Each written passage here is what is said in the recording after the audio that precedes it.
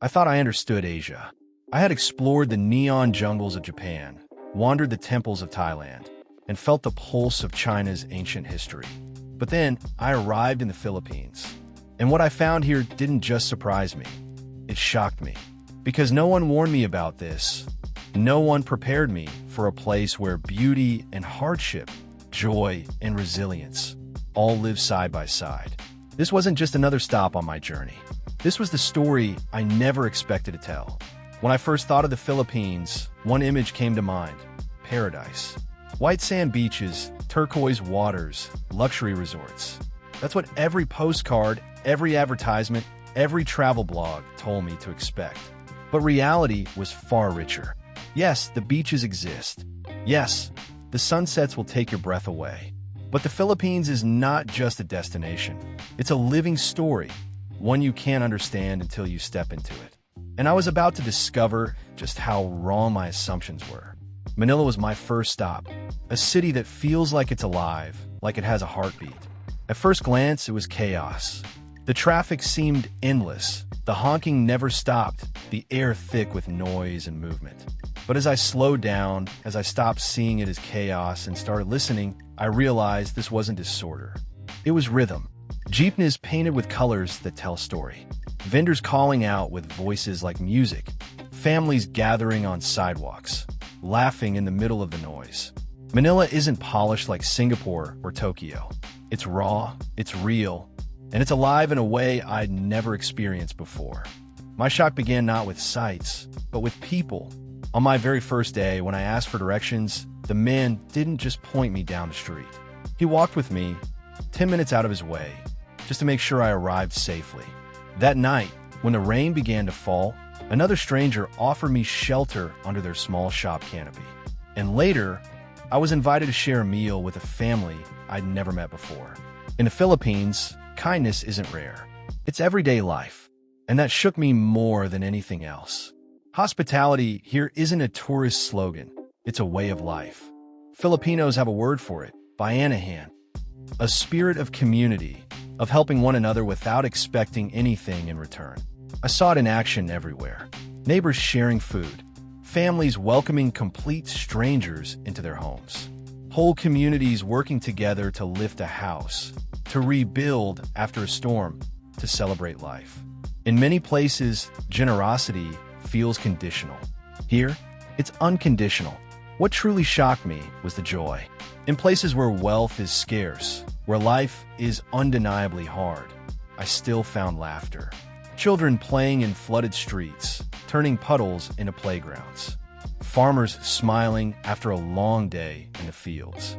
Families singing karaoke late into the night, even if their home was little more than bamboo walls and tin roofs. And it made me question everything I thought I knew about happiness. Maybe joy doesn't come from abundance. Maybe it comes from gratitude. The Philippines faces challenges most countries could not endure. Typhoons strike with devastating force. Earthquakes rattle entire regions. Floods sweep through towns. And yet, what I saw wasn't despair. It was strength. Communities rising from rubble. Families rebuilding homes with their bare hands. And somehow, always finding a reason to smile. Resilience here isn't rare. It's the national character. Of course, there's the natural beauty. I thought I'd seen Asia's finest. Japan's cherry blossoms, Vietnam's limestone cliffs, Cambodia's temples. But the Philippines redefined beauty for me. Palawan, where water turns into liquid glass. Bano, where rice terraces carved by ancestors stretch into the heavens. Mayon volcano, so perfectly shaped it seems almost impossible. And islands, thousands of them, each with its own secret, its own charm. The Philippines doesn't just show you beauty, it overwhelms you with it. But the Philippines isn't just nature, it's culture. Over 7,000 islands, hundreds of languages, countless traditions. In Luzon, I met farmers whose lives revolved around the mountains. In Visayas, I joined street parades filled with color and music. In Mindanao, I saw traditions that stretched back centuries. And somehow, despite the diversity, there's unity. One flag, one spirit, one people, food here isn't just about taste. It's about story. Adobo, slow cooked with patience, passed down through generations. Lechon, roasted to perfection, not for one person, but for an entire community to enjoy. Even the desserts, colorful, layered, unexpected, reflect the country's diversity. Halo Halo, with its mix of ingredients, feels like a metaphor for the Philippines itself. Different parts blended into one unforgettable whole. Meals here aren't just eaten, they're shared, and in every bite, there's love. If you want to feel the Filipino soul, listen. Music is everywhere. On the streets, in homes, in celebrations. Karaoke isn't just entertainment, it's tradition. And faith runs deep here. Not just in religion, but in life itself.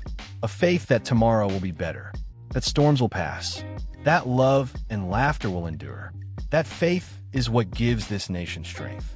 It's what binds them together, even when the world tries to break them apart. Traveling across Asia, I saw wealth measured in towering skyscrapers, luxury cars, and glittering malls. But in the Philippines, I found a different kind of wealth. A child's laughter in the rain.